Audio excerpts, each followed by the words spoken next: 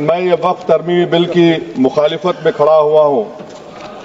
किसी एक शायर ने बड़ा अच्छा कहा था, जब भी ज़मीर और ज़र्फ का सौदा हो दोस्तों, जब भी ज़मीर और ज़र्फ का सौदा हो दोस्तों, कायम रहो हुसैन के इनकार की तरह। सर, ये वक्फ तरमीमी बिल भारत के गयूर मुसलमानों के ईमान पर, इबादत पर एक हमला है। नरेंद्र मोदी की हुकूमत ने इस मुल्क की सबसे बड़ी अक़लियत के खिलाफ एक ऐलान जंग कर दिया, और ये जंग ना सिर्फ मेरे जिस्म पर है, बल्कि मेरी आज़ादी पर, मेरी समाजी और माशी मार्जिनलाइजेशन पर है, मेरी शहरियत पर है, मेरे मदरसे, मस्जिदों, खानखाहों और दरगाहों को निशाना बनाया जा रहा है। और ये हुकूमत सच्चाई को नहीं बयान कर रही है कि ये तरमीमी बिल से मुसलमानों का तहफ़्फ़ुज़, तरक्की और गुर्बत का खात्मा होगा। ये सरासर झूठ है। सर, अगर आप आइन के आर्टिकल 14 को देखेंगे तो उसमें लिखा हुआ है इक्वल प्रोटेक्शन। अब आप देख लीजिए सर के हिंदू, सिख और जैन को और बौद्ध को उनके एंडोमेंट में तहफ़्फ़ुज़ मिलेगा, क्योंकि उनका एंडोमेंट बाय यूजर बरकरार है और उनका एडमिनिस्ट्रेशन उनके हाथ में होगा। कि गैर हिंदू या गैर उनके मजहब का आदमी दान भी दे सकता है उनके लिए, और एंडोमेंट बोर्ड का तहफ़्फ़ुज़ भी मिलेगा, क्योंकि उसके ऊपर ओवरराइडिंग क्लॉज अप्लाई नहीं होगा, लिमिटेशन का कानून उस पर अप्लाई नहीं होगा। उसके बरक्स ऑपोजिट आप देख लीजिए, मुस्लिम वक्फ को वक्फ बाय यूजर निकाल दिया गया। एक मुस्लिम वक्फ की जायदाद पर कब्जा होगा, लिमिटेशन लगेगा तो जो एनक्रोचर है, जो खाबिज है, वो रातों रात मालिक बन जाएगा और एक गैर मुस्लिम वक्फ बोर्ड को एडमिनिस्टर करेगा। ये आर्टिकल 14 के इक्वल प्रोटेक्शन का वायलेशन। अब आर्टिकल 14 में सर इक्वालिटी बिफोर लॉ भी है, और उसका कैसा वायलेशन हो रहा है कि कोई आर्बिट्ररी स्टेप नहीं ले सकता और कोई भी ऑफिशियल किसी भी तरीके से गलत आर्बिट्ररी फैसला नहीं लगा। यहां पर आप एक डेजिग्नेटेड ऑफिसर को रखकर वो फैसला लेगा कि ये जायदाद वक्फ की है, गवर्नमेंट की है।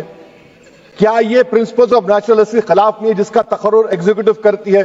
ये हमारे theory of separation of powers, Bharat के आइन का बेसिक स्ट्रक्चर का हिस्सा है।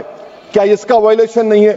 सर, आर्टिकल 25 का वायलेशन कैसे है कि आप मुसलमानों से वक्फ बाय यूजर छीन रहे हैं और फिर आप कर्ब कर रहे हैं वक्फ वाल औलाद को, मगर वहीं पर दूसरे धर्म के मानने वालों को उनके मजहब पर चलने की पूरी इजाजत है। लफ्ज जो आर्टिकल 25 में इस्तेमाल हुआ सर, वो इक्वली एंटाइटल्ड, यहां पर मुसलमानों के इक्वल एंटाइटल्ड नहीं हो रहा।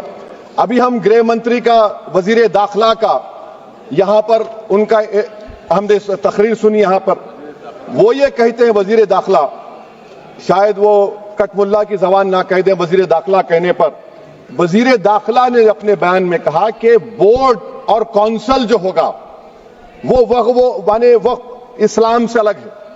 सर, अगर ये बात सच है आपकी, तो फिर आपको यह कानून बनाने की जरूरत ही नहीं है। आप एक नॉन स्टैट्यूटरी बॉडी बना दीजिए। ये जो कानून बन रहा है ना सर, ये आर्टिकल 26 इसका सोर्स है, और आर्टिकल 26 जब इसका सोर्स है तो आर्टिकल 26 का ABCD क्या कहता है कि रिलीजियस डिनोमिनेशन को अपने मजहब के अफेयर्स खुद चलाना, मूवेबल इमूवेबल प्रॉपर्टी को लेना और एडमिनिस्टर करना। जब हिंदू धर्म को, बौद्ध धर्म को, सिखों को यह राइट दिया गया है, तो आप कैसे मुसलमानों से छीन रहे हैं? तो यह आर्टिकल 26 का ग्रेव वायलेशन है। तो सर, अब वक्फ बाय यूजर का मामला देखिए, मिनिस्टर साहब ने कहा कि एंक्रोचमेंट हो रहा है, 17,000 एंक्रोचमेंट हुए हैं। तो यही नरेंद्र मोदी की हुकूमत ने 2014 में उस वक्त के मंत्री ने एक Waqf properties eviction of unauthorised occupants bill को इंट्रोड्यूस किया। आपने विड्रॉ कर लिया 2024 में उसको। क्यों विड्रॉ किया सर आपने? जब आप मान रहे थे कि एंक्रोचमेंट हो रहा है तो आपने बिल को विड्रॉ कर लिया। अच्छा सर, अब वक्फ बाय यूजर को आपने निकाल दिया, माने कंडीशन क्या लगाए कि अगर उसमें डिस्प्यूट होगा और गवर्नमेंट प्रॉपर्टी होगी। सर, डिस्प्यूट तो है। मिसाल के तौर पर मोहिबुल्लाह साहब जिस मस्जिद के इमाम है, पार्लियामेंट के सामने मस्जिद है सर, 123 प्रॉपर्टीज में मस्जिद है, डिस्प्यूट चल रहा है। कल कलेक्टर या डिस्ट्रिक्ट ऑफिसर बोलेगा कि भाई साहब ये गवर्नमेंट प्रॉपर्टी है, स्टिकर लगा दिया जाएगा, मस्जिद बंद, गवर्नमेंट प्रॉपर्टी हो गई, होगी ना सर? अब ये बताइए, आप जब से यहां पर पूरे बीजेपी रूलिंग पार्टी हमको ज्ञान दे रहे हैं कुछ नहीं होगा, कुछ नहीं होगा, मैं दलील के साथ बता रहा हूं आपको। ये मस्जिद दिल्ली गवर्नमेंट बोलती हमारी है, वक्फ दिल्ली वक्फ बोलता हमारी है, तो सर वक्फ बाय यूजर, अगर मैं अपनी गवर्नमेंट के खिलाफ वक्फ बोर्ड वक्फ बाय यूजर इस्तेमाल नहीं करेगा तो क्या है सर? अच्छा, ये अमेंडमेंट जब हो जाएगा तो मुझे कहने दीजिए सर, सिर्फ प्राचीन मंदिरों की हिफाजत होगी, मस्जिदों की नहीं होगी। अब सर आप आ जाइए, अगर डिस्प्यूट मेरा एंशिएंट मॉन्यूमेंट से वक्फ का, एक मिसाल दे रहा हूं, दिल्ली में 172 वक्फ प्रॉपर्टीज एएसआई कंट्रोल में है, मैं तो हार ही गया वो, क्योंकि मेरे पास डॉक्यूमेंट नहीं है। आप कह रहे हैं कि डॉक्यूमेंट चढ़ाओ, अगर मेरा गवर्नमेंट से डिस्प्यूट चल रहा है मैं तो क्लेम ही नहीं कर सकता, क्योंकि आप जज बनेंगे, आप ही फैसला करेंगे, और जब तक आप फैसला नहीं करते वो वक्फ की प्रॉपर्टी नहीं होगी, वो प्रोविजन डाल दिया आपने। अच्छा, अगर मेरा डिस्प्यूट एनक्रोचर से होगा सर, तो एनक्रोचर में तो आपने तो 107 को डिलीट कर दिया, आप रातों रात काबिज को, एनक्रोचर को मालिक बना रहे हैं। सर मैं ये पूछना चाहता हूं आपके जरिए हुकूमत से, एक मुंबई में एक बहुत बड़े दौलतमंद है, खोजा बरादरी का यतीम खाना था, उन्होंने 2004 या 5 में 22 करोड़ में खरीद लिया। वो केस सुप्रीम कोर्ट में, क्या आप उनको मालिक बनाना चाहती हैं लिमिटेशन एक्ट अप्लाई करके? हमको बताइए, हम जानना चाह रहे हैं। और सच्चर कमेटी ने सर 2007 में कहा कि दिल्ली के 123 प्रॉपर्टीज की मार्केट वैल्यू 6000 करोड़ की। आज हम 2025 में आ गए, क्यों आप उन प्रॉपर्टीज के खिलाफ पड़े हुए? 1976 में उस वक्त के वजीर आजम इंदिरा गांधी लेटर लिखा, इसको आप दे दीजिए, मगर आप उसको मानने को तैयार नहीं है। तो सर और एक जो झूठ फैलाया जा रहा है, management empowerment efficient development, sir this bill takes any management from the hands of Muslims, disempowers the waqf in comparison to any other stakeholder, takes away the efficiency of administration and hampers development. Waqf disempowerment in the name of efficiency, inefficiency is being created. The progress of development from pre-independence till today is sought to be destroyed. Sir अभी हमारे home minister साहब ने फजल पुकाया case का जिक्र किया। Sir मैं आपसे गुजारिश करूंगा कि होम मिनिस्टर जरा अच्छे लोगों को रखकर इंफॉर्मेशन ले। फजल पुकाया का ऑबिटर क्या है? इट इज ऑबिटर, वो रेशो डेसेंडेंटाई नहीं है जो आपने कहा है। अच्छा सर, शेड्यूल ट्राइब के बारे में कहा, क्या शेड्यूल ट्राइब में मुसलमान नहीं होते? शेड्यूल कास्ट में नहीं होता मुसलमान, शेड्यूल ट्राइब में मुसलमान होता। तो क्या आर्टिकल 25 मेरा चला गया, आर्टिकल 26 चला गया, आर्टिकल 14 चला गया, 15 चला गया, 29 चला गया? लक्षद्वीप का एक मुसलमान एमपी है, क्या उसको राइट नहीं है क्योंकि ट्राइबल है? क्या कह रहे हैं आप? इस ऐवान को क्यों गुमराह कर रहे हैं आप शेड्यूल ट्राइब के नाम पर? सर और एक चीज जो आपको बता रहा हूं सर, अब आप जब आर्टिकल 26 से मेरा सोर्स है, तो आप सेंट्रल वक्फ काउंसिल में 22 में से 11 आप नॉन मुस्लिम को बना सकते हैं, रिलीजन न्यूट्रल आपने कह दिया, और आप बनाएंगे। क्यों बनाएंगे आप? स्टेट वक्फ बोर्ड में 7 नॉन मुस्लिम होंगे और 4 मुसलमान। क्यों होंगे? क्योंकि आप लॉ में 95 में डायरेक्ट मैनेजमेंट में ले सकते 5 साल के लिए। आप वक्फ बाय यूजर को आप कलेक्ट डिस्ट्रिक्ट ऑफिसर बोलेगा ये वक्फ की प्रॉपर्टी नहीं है, तो वो वक्फ बोर्ड खामोश बैठ जाएगा, कुछ एक्शन ही नहीं लेगा, क्योंकि वो आपके प्यादे हैं। अच्छा, जब आप नॉमिनेट करेंगे सर मैं मोदी गवर्नमेंट के खिलाफ नो कॉन्फिडेंस ला सकता हूं, मगर वक्फ बोर्ड का चेयरमैन जो नॉमिनेट होगा उसके खिलाफ नो कॉन्फिडेंस नहीं ला सकते, हम बिल्कुल नहीं ला सकते। क्या मजाक है बताइए आप? ये डेमोक्रेसी है। नॉमिनेट भी स्टेट गवर्नमेंट करेगी, वो अगर डिक्टेटर बन जाएगा जैसा आज भारत में हो रहा है तो वो भी नहीं हटेगा। कम से कम यहां पर तो इलेक्शन है, वहां पर तो आप 5 साल झेलते रहो उसको। अच्छा सर, अब ये जो क्लॉज 11 और क्लॉज 9 आप 16AA से देखिए, where the qualification of the members of the board has been limited only to 3 categories contained in 14(1)(c). Intention is very clear that the majority is to be packed with non-Muslims. So who will defend my interests, sir? If I cannot depend on the state waqf board, central waqf council, which are going to comprise non-Muslims, this in itself is a clear violation of Article 26, 14 and 15, sir. अच्छा sir, CO पहले 95 act में था कि word मुस्लिम, आपने गायब कर दिया उसको। अरे आखिर क्यों इतनी नफरत है आपके लफ्ज मुसलमान से? अच्छा फिर क्या कह रहे हैं आप कि ये भी आर्टिकल 26 का वायलेशन है? सब जितने हिंदू धर्म के प्रॉपर्टीज हैं, सिख धर्म के, बौद्ध के हैं और आपके जैन के, वहां पर उन्हीं के मजहब का ऑफिसर होगा। और कहां पर नहीं होगा? वक्फ बोर्ड में। Waqf board is a pure religious institution, इसको समझने की जरूरत है। तो आप ये कर दे रहे हैं सर। अच्छा सर, आप देखिए, अब आप आ जाइए ये ट्राइब्यूनल पर। मुझे समझ में नहीं आया सर कि हमारे होम मिनिस्टर वजीर दाखिला ने क्या कह दिया कि 2013 का जो कानून है वो नहीं बनता तो हम नहीं लेके आते।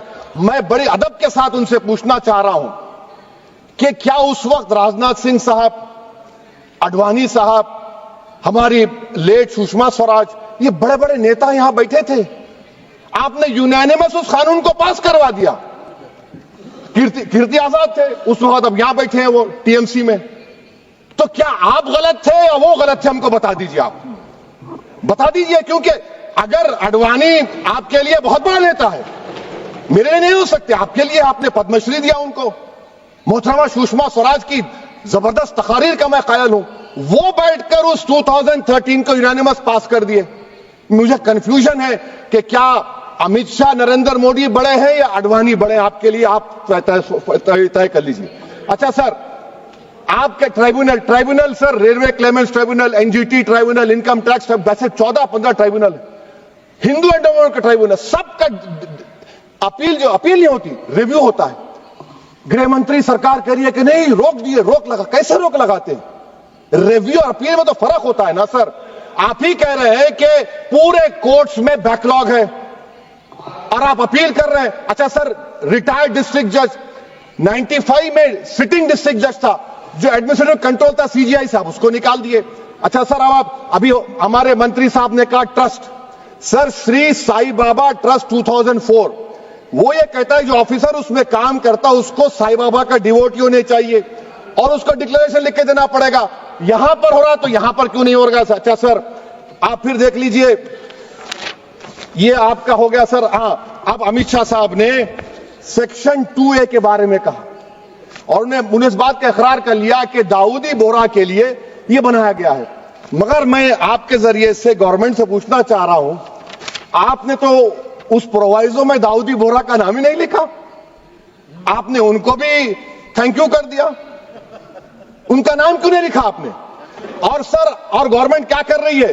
आप मुस्लिम समाज में जो बेकार किस्म के लोग हैं उनको एक रास्ता बना रहे हैं, एग्जिट दिखा रहे हैं कि तुम्हें वक्त से बचना है तो तुम्हें ट्रस्ट बना लो। ये क्या कर रहे हैं सर आप? कम से कम उन दाऊदी बोहरा को आप दे देते। अच्छा sir, clause 3V section 36 clause 18 देख लीजिए। Oral Waqf, oral appointment has sought to be discontinued even though it is recognized practice in Islam. Muslim personal law is recognized oral waqf and 1937 Shariat Application Act. Sir, आप clause 3(9) पर आ जाइए। 5 साल के लिए मुसलमान। मैं किरण रिजिजू से पूछना चाहता हूं, सर दाढ़ी रखे तो मुसलमान प्रैक्टिसिंग है या क्लीन शेव आपकी तरह है? तो बताइए हमको, प्रैक्टिसिंग क्या होगा? अच्छा, किसी को पकड़ के मॉब लिंच कर दिया और बोले कि JSR का नारा लगाया, और वो JSR का नारा लगाया तो क्या मुसलमान रहेगा? नहीं रहेगा। या फिर देश के प्रधानमंत्री ने कहा था कपड़े देखकर पहचानो, तो क्या कपड़े देखकर आप कह देंगे? अच्छा, अगर कोई क्रिश्चियन हिंदू धर्म कबूल करता है तो क्या वो मंदिर को दे सकता प्रॉपर्टी? फिर भारत के संविधान में आर्टिकल 300 क्यों है सर? राइट टू इक्वालिटी क्यों है? फ्रीडम ऑफ रिलीजन क्यों है? 5 साल कहां से लाएंगे? अच्छा सर, और एक चीज मैं आपको बोल के खत्म कर दूंगा सर। इस बिल में वक्फ औलाद का सर, इसमें आप देखिए clause 4(3)(2), the creation of waqf al-awlad shall not result in denial of inherent rights to heirs, including women heirs or the waqif or any other right of person. Sir, ये article 25 का violation है, शरीयत application act 37 का violation, article 300A का violation है। अच्छा, हिंदू धर्म में सेल्फ एक्वायर्ड प्रॉपर्टी को एक हिंदू, अब उसके फर्ज के 2 बच्चे हैं, वो एक को अपनी पूरी दौलत दे सकता है, कोई रोक टोक नहीं है। वो कहेगा नहीं मैं घर के बच्चों को नहीं दूंगा, मोहल्ले के गरीब को दे दूंगा, वो भी कोई रोक टोक नहीं है। वहां पर आपको बच्चों की फिक्र नहीं है। जब मैं अपनी प्रॉपर्टी को अल्लाह को मालिक बनाकर दे रहा हूं, आप कह रहे बच्चों की फिक्र नहीं है। इतनी मोहब्बत आप बिल्किस बानो से दिखा देते तो आपके लिए दुआएं देती आपके लिए। तो सर, आप दूसरी बात आप देख लीजिए सर, आखिरी बात कहकर मैं अपनी बात को मुकम्मल कर रहा हूं सर। नहीं खैर मुकम्मल कर रहा हूं। स्पीकर साहब बहुत टाइम दे दिए सर। आप देखिए इसमें अमित शाह साहब बोले कि इतनी प्रॉपर्टीज का कब्जा हुआ, चोरी हुई, ये हुआ। सर क्लॉज 2652A सेक्शन, अगर कोई प्रॉपर्टी बेचता है 2 साल की सजा थी, आपने क्या कर दिया, उसको 6 महीने कर दिया। नॉन बेलेबल था, आपने बेलेबल कर दिया। सेक्शन 40 की बात करते हैं। सेक्शन 40 में सर हमको जो ज्वाइंट वर्किंग कमेटी का जो नोट्स दिए, उसमें मिनिस्ट्री ऑफ माइनॉरिटी अफेयर्स ने कहा कि 30 साल में 515 केसेस सेक्शन 40 के, और सिर्फ 8 लोग कोर्ट को गए। वक्फ यूजर का कानून तेलंगाना आंध्रा में है, सेक्शन 40 का कानून तमिलनाडु 63 है, आंध्र प्रदेश में 43 है। और सर आप डायरेक्शन दे रहे हैं। अच्छा क्लॉज 4218B देखिए सर, आप रूल बना रहे हैं, कोऑपरेटिव फेडरलिज्म के खिलाफ है, इतना रूल बना रहे हैं। और आखिर में सर मैं आपको बताना चाह रहा हूं स्पीकर साहब, ये बिल का मकसद सिर्फ मुसलमानों को जलील और रुस्वा करना है, मुसलमानों को दूसरे दर्जे का शहरी बनाने का इनका मकसद है। सर अगर आप हिस्ट्री को पढ़ेंगे तो महात्मा गांधी उस वक्त के व्हाइट अफ्रीका में सफेद फार्म अफ्रीका के कानून को महात्मा गांधी ने कहा था कि ये मेरा कॉन्शियंस इसको मानता नहीं है, मैं इस कानून को कबूल नहीं करता हूं। तो महात्मा गांधी ने क्या किया, उन्होंने उस कानून को फाड़ दिया। तो मैं गांधी की तरह इस कानून को फाड़ता हूं। ये अनकॉन्स्टिट्यूशनल है सर। इस देश में झगड़े पैदा करने का काम बीजेपी करना चाहती है मस्जिद और मंदिर के नाम पर, इसीलिए मैं इसका कंडेम करता हूं। और मैं आपसे गुजारिश करता हूं कि मैंने अपने 10 अमेंडमेंट दी हैं, आप इसको कबूल करिए सर, मुझे बोलने का मौका दीजिए और उस पर डिवीजन का मैं डिमांड भी करूंगा। Thank you sir.